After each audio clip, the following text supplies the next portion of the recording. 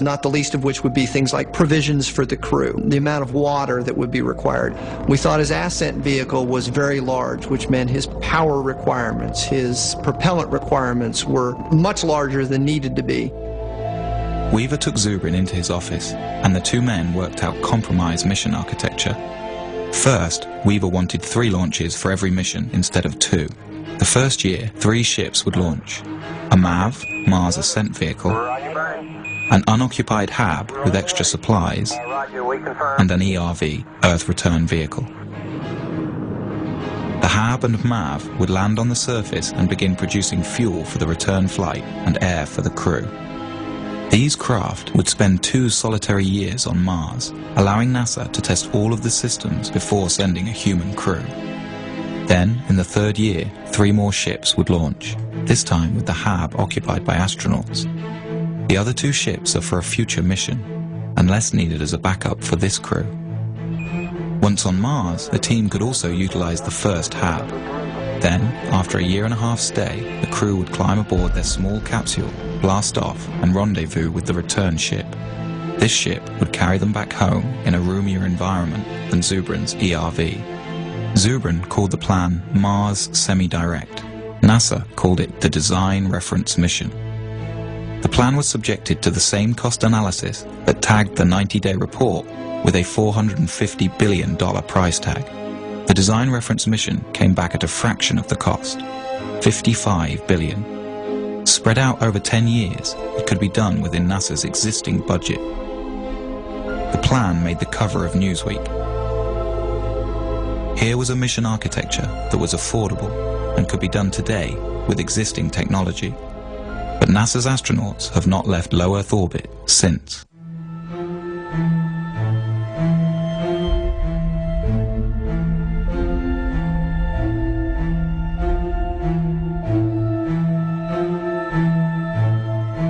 In the wake of the Columbia tragedy, a debate has raged over the future of space exploration. Should NASA continue to focus on low Earth orbit, developing technologies for the future? Or should NASA have a goal, like it did in the 1960s with Apollo? Without the presence of a driving imperative, we engage in basically a random set of constituency-driven programs which are justified ad hoc afterwards by the argument that they could prove useful at some time in the future when you actually have a plan to go somewhere.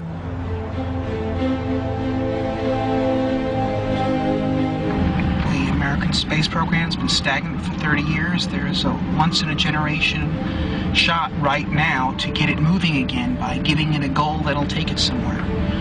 So the stakes today are high. And if you ask me if I am nervous right now, I am. Dr. Zubrin. Why is NASA stuck in low Earth orbit? The problem with NASA's lack of current achievement is not money. The problem is lack of focus, it's lack of a goal. It shouldn't be humans to Mars in 50 years. It should be humans to Mars in 10. We can do this. We do not need gigantic nuclear electric spaceships to send people to Mars. That is pork, it's nonsense. The primary question I get from the American people is, why aren't we doing this? There's a big sense of disappointment, almost verging on a sense of betrayal. The purpose of spaceships is to actually travel across space and go to new worlds, not to hang out in space and observe the health effects from doing so. Dr. Zubrin, in your testimony, you were very passionate, but you also were mad. You're mad we haven't done this, or that this vision has been stolen from a generation? I guess you could say that. It's like Columbus coming back from the New World and Ferdinand and Isabella saying, ah, so what, forget it, burn the ships. Okay, you know, that's what has happened in this country.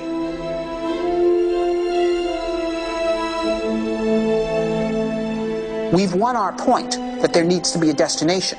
What we need, the point we need to win on now is that the destination needs to be Mars, and it needs to be soon.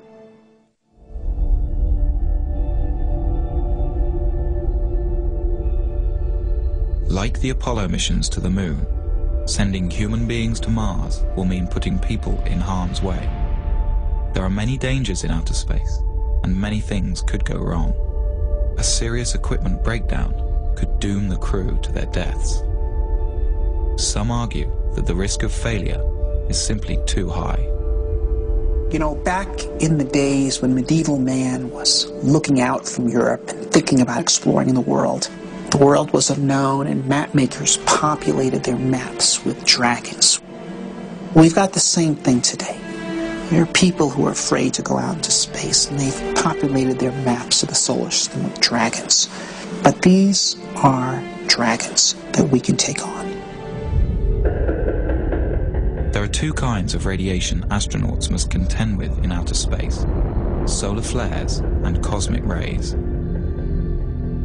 Solar flares are floods of protons that burst from the sun at irregular intervals and would be dangerous to an unshielded human crew.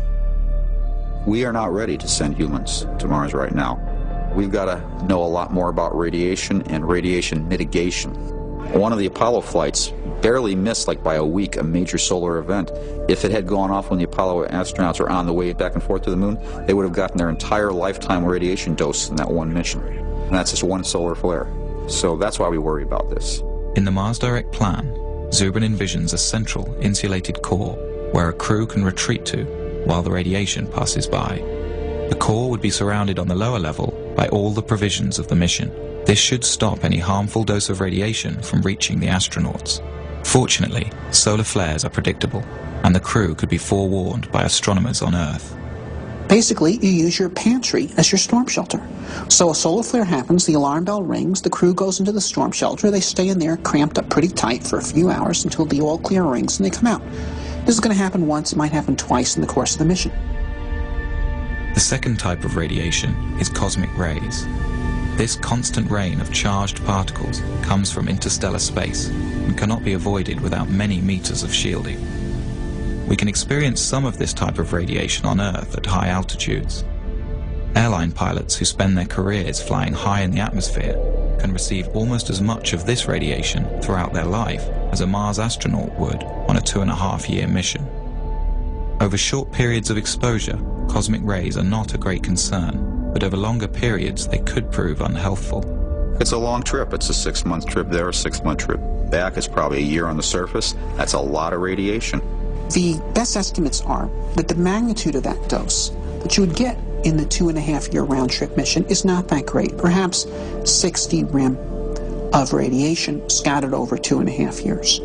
Now, 60 rem of radiation delivered over a long period of time like that would not create any noticeable effects at all.